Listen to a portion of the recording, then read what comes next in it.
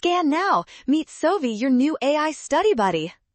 Part A, the money multiplier is 1 over RR, which is 1 over 0.2 equaling 5.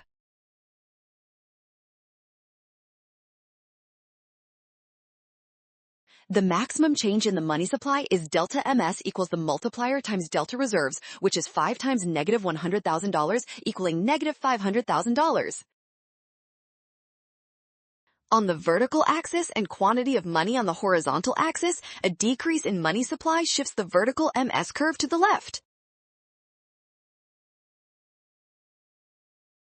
Curve increases the equilibrium nominal interest rate. Part C, using the quantity theory of money equation MV equals PY, where PY is nominal GDP, if the money...